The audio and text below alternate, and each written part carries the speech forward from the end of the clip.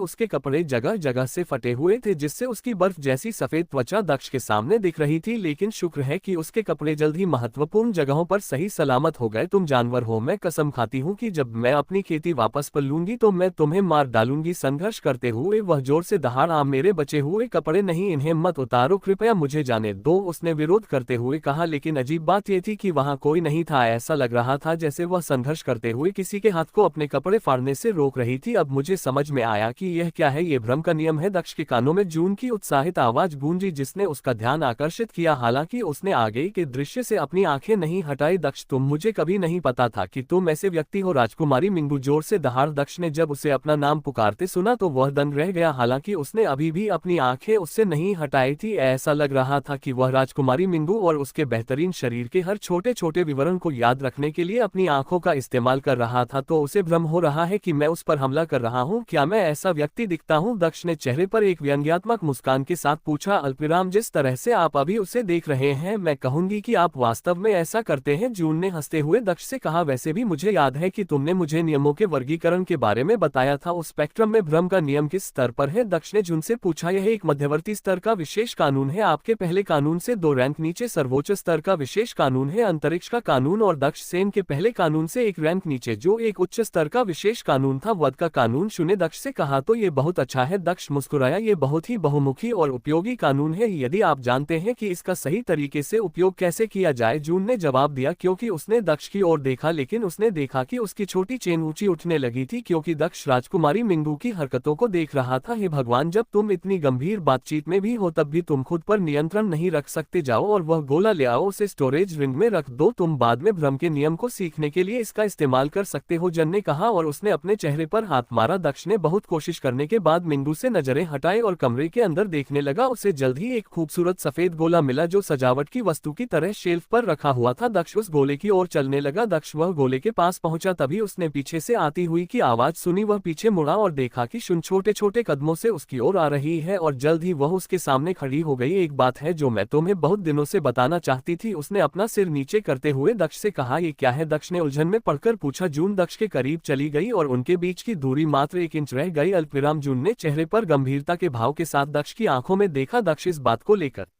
चिंतित हो गई कि जून इतनी गंभीर क्यों दिख रही है। मैं तुमसे प्यार करती हूँ दक्ष, उसने उससे कहा और उसका चेहरा थोड़ा लाल हो गया। तुम मुझसे प्यार करते हो? दक्ष ने चेहरे पर स्तब्ध भाव के साथ पूछा। हाँ, मैं चाहती हूँ कि तुम मेरी हो। मैं हमेशा से ही मेरी होना चाहती थी, लेकिन मैं इतनी हिम्मत नहीं जुटा पाई। मैंने अब अपनी सारी हिम्मत सिर्फ तुम्हारे सामने अपने प्यार का इजहार करने के लिए जुटाई। अभी मेरे पास वह ताकत है जिसकी मुझे अपने प्यार को जाहिर करने के लिए जरूरत है। जून ने सिर झुकाते हुए कहा। ओप के रहस्यमय प्रभावों के कारण अब हम स्पर्श कर सकते हैं। मैं इस अवसर का उपयोग खुद को पूरी तरह से तुम्हारा बनाने के लिए करना चाहती हूँ, जून ने नर्म आवाज में कहा। क्योंकि उसने उसकी आंखों में देखा था, उसने अपने छोटे नाजुक हाथों को हिलाते हुए अपने कपड़े उतार दिए और खुद को दक्ष के सामने पूरी तरह से प्रकट कर दिया। उसके छोटे राजकुमारी मिंगू की बड़ी सीना जितने बड़े नहीं थे, लेकिन वे जिस तरह के थे वे बिल्कुल सही लग रहे थे। दक्ष लंबे समय तक उसकी चोटियों को देखने से खुद को रोक नहीं सका। दक्ष ने खुद को उसके आलिंगन से अलग किया और जल्दी से उसके कपड़े उतारने लगा। वह अपनी पैंट उतारने ही वाला था कि वह रुक गया। कुछ ठीक नहीं है, दक्ष ने जून की ओर और फिर गोले की ओर देखते हुए कहा। यह एक भ्रम होना चाहिए, जून कभी इस तरह से व्यवहार नहीं करेगा। इसके अलावा भ्रम का नियम मुझे जून को छूने की अनुमति कैसे दे सकता है? ये केवल लोगों को भ्रम दिखा सकता है, लेकिन चीजों को वास्तविकता में अस्तित्व में नहीं ला सकता है, दक्ष ने खुद से कहा और उसने अपने हाथों को गोले की ओर बढ़ाया। क्यों? क्या तुम मुझे मुंह पसंद नहीं करती? क्या तुम मेरे साथ नहीं रहना चाहती? जून ने आंखों में आंसू के साथ दक्ष को देखते हुए पूछा। अल्पविराम, मुझे असली वाला पसंद है, दक्ष ने मुस्कुराते हुए कहा और उसने उस गोले को अपनी प्राचीन भंडारण अनूठी में रख दिया। वह पीछे मुड़ा और जैसा कि उसने सोचा था वैसा ही हुआ। जून वहां नहीं थी, वह अपनी मूल जगह पर खड़ी थी और उसने चेहरे पर एक अजीब भाव के साथ दक्ष को देखा। तुम डॉग की तरह अपनी जीभ मुंह से बाहर क्यों निकाल रहे थे? क्या तुम भ्रम में पड़ गए थे? वह लड़की कौन थी जिसके बारे में तुमने सपना देखा था? जून ने हंसते हुए पूछा। हाँ, मैं भ्रम में पड़ गया था, लेकिन मैंने उस पर काबू पा लिया। जहाँ तक लड़की की बात है, चलो इसे अभी के लिए गुप्त ही रखते हैं, दक्ष ने मुस्कुराते हुए कहा। कृपया ऐसा न करे, राजकुमारी मिंगू कराती रही, लेकिन अच्छा उसकी आवाज बंद हो गई। दक्ष जो उसके साथ छेड़छाड़ कर रहा था एक भ्रम की तरह उसके आलिंगन से गायब हो गया था। उसने भ्रमित भाव से चारों ओर देखा और जल्द ही दक्ष को बिना शर्ट के दूर खड़ा देखा, लेकिन शुक्र है कि उसने अभी भी अपनी पैंट पहनी हुई थी जो उसके भ्रम में नहीं थी। वह भ्रम बहुत मजबूत रहा होगा। चिंता मत करो, मैंने उस दुष्ट आत्मा को नष्ट कर दिया है जो ये सब उत्पात मचा रही थी, दक्ष ने मुस्कुराते हुए कहा और उसकी ओर देखा। राजकुमारी मिंग्यू कुछ कहने ही वाली थी कि उसके मुंह से चीख निकल गई। उसे अचानक एहसास हुआ कि उसके कपड़े जगह जगह से फटे हुए थे। उसने जल्दी से पास पड़े कंबल से अपना शरीर ढक लिया। मैंने पहले ही बहुत कुछ देख लिया है, दक्ष ने मुस्कुराते हुए कहा, लेकिन उसे एहसास हुआ कि उसने कुछ गलत कहा है। मिंगू को उसकी बातें समझ में आने से पहले ही वह जल्दी से कमरे से बाहर निकल गया। तुम कमरे से बाहर निकलते ही मिंग्यू की आवाज उसके कानों में गूंजी। वह जल्दी से अपने कमरे में वापस चला गया। इस गोले को खोजने का समय बिल्कुल सही है। यदि आपका हृदय दानव अपनी विकास प्रक्रिया से नहीं गुजर रहा होता तो आप निश्चित रूप से भ्रम में खुद को खोज चुके होते। जून ने बिस्तर पर बैठते हुए कहा, ये सही है, मुझे ये कानून जल्दी सीखना चाहिए। दक्ष ने जून से कहा। उसने एक पत्र निकाला और उस पर लिखना शुरू किया, यूं मैं खेती के लिए बंद जा रहा हूं और कुछ समय के लिए बाहर नहीं आऊंगा। अगर जरूरत हो तो इस हवेली का किराया बढ़ा दो, तुम्हें इस कागज के ऊपर पैसे मिल जाएंगे। तुम बची हुई रकम का इस्तेमाल अपनी मनचाही चीजें खरीदने में कर सकते हो। दक्ष ने एक पत्र में लिखा। वह अपने कमरे से बाहर गया और पत्र को जून के दरवाजे के सामने रख दिया। अपने कमरे में वापस जाने से पहले उसने पत्र के ऊपर 20 सफेद सोने के सिक्के भी रखे। तुम्हें पता है कि यह कैसे करना है, ठीक वैसे ही करो जैसा तुमने पहले अंतरिक्ष कानून के ओब के साथ किया था। जून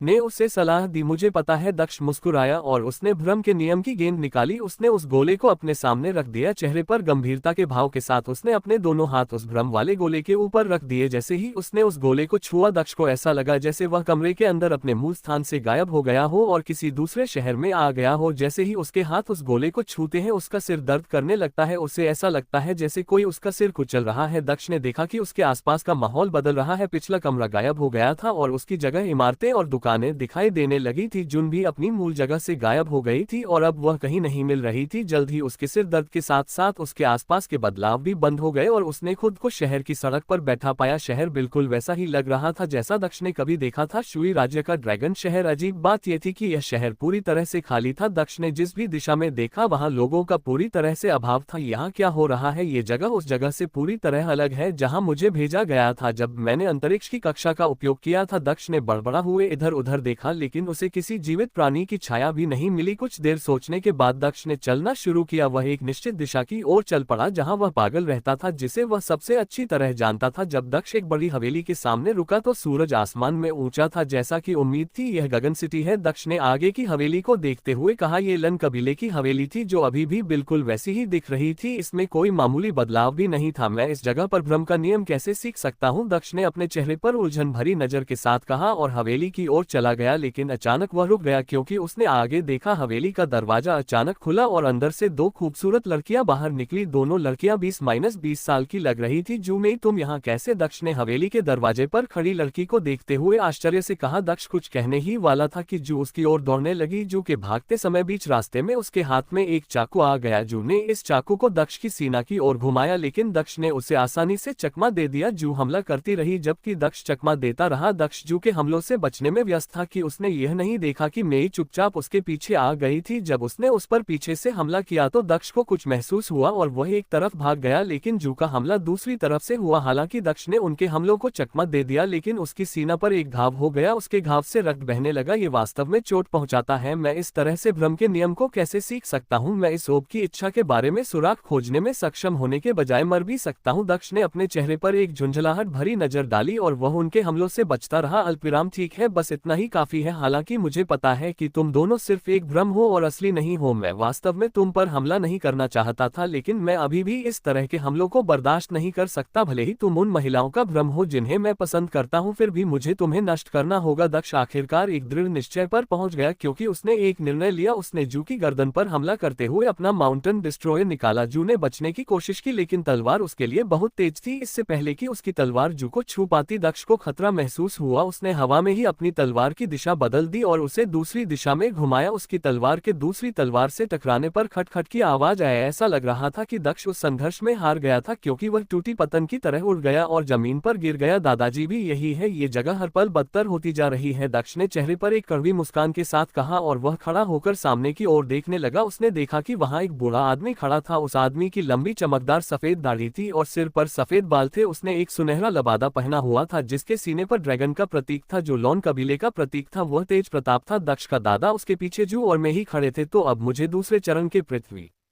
क्षेत्र के साधक का भी सामना करना पड़ेगा जो मेरे दादाजी की तरह दिखता है। साथ ही उन महिलाओं का भी सामना करना पड़ेगा जिन्हें मैं पसंद करता हूं। कितना अच्छा भाग्य है, ऐसा लगता है कि मुझे पूरी ताकत लगानी होगी। दक्ष ने अपने चेहरे पर एक व्यंग्यात्मक मुस्कान के साथ कहा। उसने अपने माउंटेन डिस्ट्रॉय को वापस अपने भंडारण रिंग के अंदर रख दिया और अपनी राजा की तलवार निकाल ली। तलवार निकलते ही वातावरण में तलवार की भारी आभा फैल गई, मानो वह सबको बता रही हो कि वह इस देश का शासक है और कोई भी उसका विरोध करने के बारे में कभी नहीं सोचेगा। तलवार हाथ में लेते ही दक्ष की अपनी आभा बढ़ गई। स्वर्गीय दानव पंथ, दक्ष ने बड़बड़ा हुए कहा जब उसकी पीठ के पीछे दो खूबसूरत पंथ दिखाई दिए। एक पंथ काला था जबकि दूसरा सुनहरा था। दक्ष अपनी तलवार हाथ में लेकर तेज प्रताप की ओर उड़ गया और उसने अपनी पूरी ताकत से हमला किया। तेज प्रताप ने भी अपनी तलवार का इस्तेमाल किया और हमला किया। जैसे ही तलवारें एक दूसरे से टकराए एक जोरदार आवाज हुई। दोनों आदमी एक दूसरे को देखते हुए एक कदम पीछे हटने को मजबूर हो गए। हालांकि दक्ष की तलवार वैसी ही दिख रही थी लेकिन तेज प्रताप की तलवार दक्ष की तलवार से टकराने पर थोड़ी सी क्षतिग्रस्त हो गई थी। दक्ष फिर से तेज प्रताप की ओर बढ़ा और हमला किया। दोनों की ताकत एक जैसी दिख रही थी। हालांकि तेज प्रताप दूसरे चरण का अर्थ रियल साधक था, दक्ष 9वें चरण के गोल्ड कोरियम साधक में था और उसके कोर ने उसकी वास्तविक ताकत को एक औसत 9वें चरण के गोल्ड कोर रियल साधक की ताकत से कई गुना ज्यादा मजबूत बना दिया था। उसके दानव सम्राट काया ने उसके शरीर को मजबूत बनाया जिसने उसकी ताकत को और बढ़ा दिया। इन सभी चीजों ने उसकी ताकत को दक्ष के बराबर जरूर बनाया, अगर ज्यादा नहीं। जैसे ही दक्ष और तेज प्रताप आपस में टकराए, जू और मेई भी बीच बीच में हमला करते रहे। दक्ष ने ज्यादातर मौकों पर उनके के हमलों को आसानी से झेला लेकिन फिर भी वह कई बार घायल हो गया। दक्ष 3 से 1 की लड़ाई लड़ रहा था लेकिन वह उन सभी को कड़ी टक्कर दे रहा था। जल्द ही दक्ष को मौका मिल गया और उसने जू पर हमला कर दिया। हमला इतना तेज था कि जू ने बचने की कोशिश की लेकिन उसकी सीना में छेद हो गया। रक्त बहने के बजाय वह गायब हो गई। अल्पविराम बिना समय बर्बाद किए दक्ष ने मेई पर हमला किया लेकिन इस बार उसे मेई ने रोक लिया। तेज प्रताप और मेई के साथ उसकी लड़ाई फिर से जारी रही। मेई एक बार फिर दक्ष के पीछे आ गई क्योंकि उसने पाया कि दक्ष का ध्यान तेज प्रताप पर था। उसने अपना चाकू उसकी पीठ पर मारा। दक्ष अपनी तलवार घुमाते हुए एक तरफ हट गया। उसकी तलवार मेई पर लगी और वह भी गायब हो गई। ऐसा लगता है कि अब केवल तुम और मैं ही बचे हैं। मैं वास्तव में खुद से नफरत करता हूं कि मैं तुमसे लड़ रहा हूं, भले ही तुम सिर्फ एक भ्रम हो। दक्ष ने तेज प्रताप को देखते हुए कहा, मैं कुछ ऐसा इस्तेमाल करूंगा जो मैं हाल ही में सीख पाया हूं, देखते हैं इसकी असली ताकत क्या है। दक्ष ने मुस्कुराते हुए हम लव मुद्रा अपनाई। वातावरण में क्यों ही बेचैन होने लगी। संत तलवार के साथ रूप, 5वां रूप अराजकता। दक्ष जोर से दहाड़ और उसने अपनी तलवार को जोर से घुमाया। उसकी तलवार से रक्त लाल प्रकाश की एक चमकदार चाप निकली और तेज प्रताप की ओर बढ़ी। जहां भी यह हमला हुआ वहां विनाश के अलावा कुछ नहीं बचा। इसके रास्ते में आने वाली हर संरचना शून्य में विलीन हो गई क्योंकि प्रकाश की चाप अराजकता के एकमात्र शासक की तरह आगे बढ़ी। तेज प्रताप ने अपने हमले से जवाबी हमला किया। जैसे ही दोनों हमले एक दूसरे पर हुए, तेज प्रताप का हमला तुरंत ही बिखर गया। तेज प्रताप ने खुद को बचाने के लिए अपनी तलवार का इस्तेमाल किया लेकिन तेज प्रताप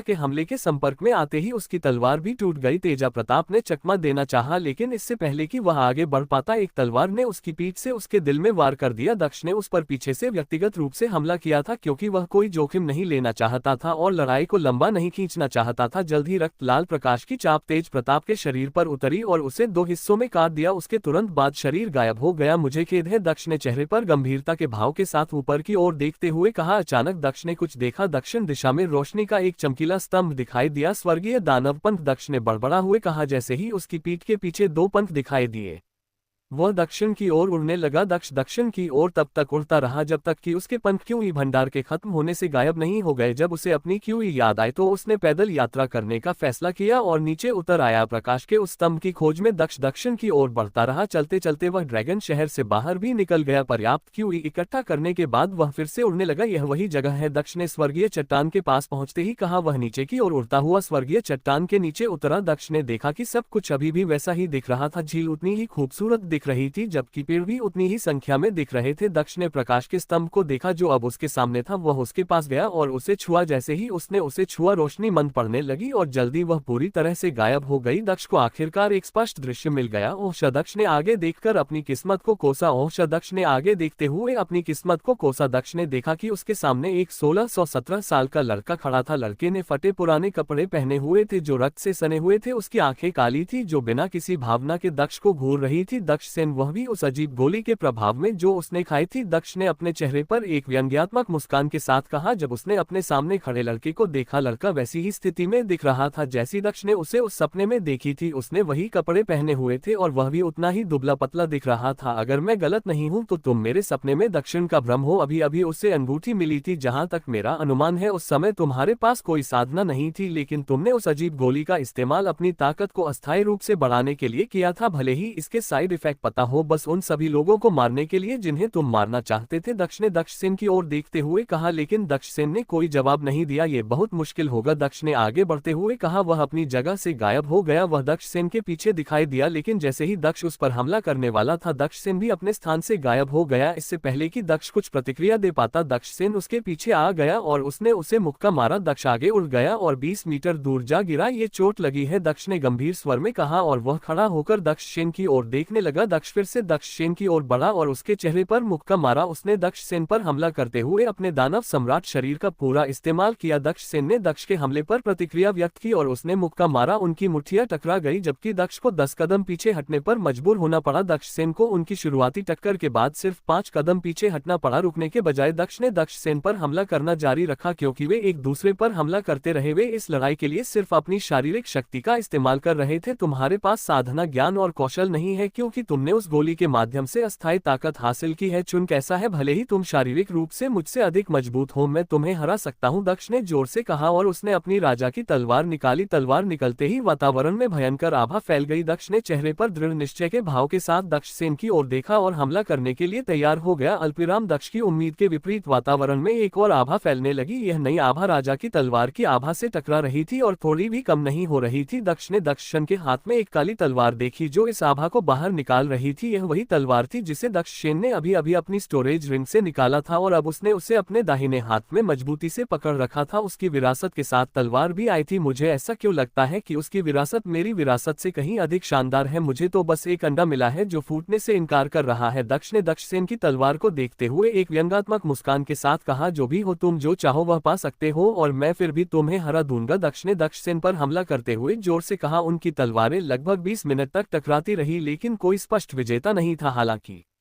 दक्ष अपनी तलवारबाजी में कुशल था, लेकिन दक्ष सेन के पास अपने शस्त्रागार में कच्ची ताकत थी। लड़ाई जारी रहने पर कोई स्पष्ट विजेता नहीं था। दक्ष ने अचानक अपने और दक्ष सेन के बीच दूरी बना ली और वह एक मुद्रा में आ गया। तलवार के साथ रूप संत, चौथा रूप विनाश। दक्ष ने अपनी तलवार घुमाते हुए जोर से कहा। प्रकाश की एक चमकदार चाप दक्ष शन की ओर बढ़ी, जबकि हवा की एक शक्तिशाली लहर उसके पीछे चल रही थी। ऐसा लग रहा था कि यह हमला अपने रास्ते में आने वाली किसी भी चीज को नष्ट कर सकता है, चाहे वह प्रकृति हो या मनुष्य। जहां भी यह प्रकाश चाप गुजरा वहां सिर्फ तबाही ही दिखी। दक्ष सेन बिना किसी भाव भंगिमा के हमले को देखते हुए सीधे खड़े हो गए। उन्होंने अपनी तलवार को हवा में ऊपर उठाया और पूरी ताकत से नीचे की ओर घुमाया और अपने पास पहुंची रोशनी की चाप की ओर वार किया। प्रकाश दक्ष सेन के दोनों ओर से गुजरते समय 2 भागों में कट गया था, लेकिन यह अभी भी उसे बचाने के लिए पर्याप्त नहीं था, क्योंकि उसने महसूस किया कि उसकी दोनों भुजाओं पर तलवार के गहरे घाव थे जिनसे अब रक्त बहने लगा था। रक्त बहने के बावजूद दक्ष सेन के हाव भाव में कोई बदलाव नहीं आया। ऐसा लग रहा था कि उसे दर्द का जरा भी एहसास नहीं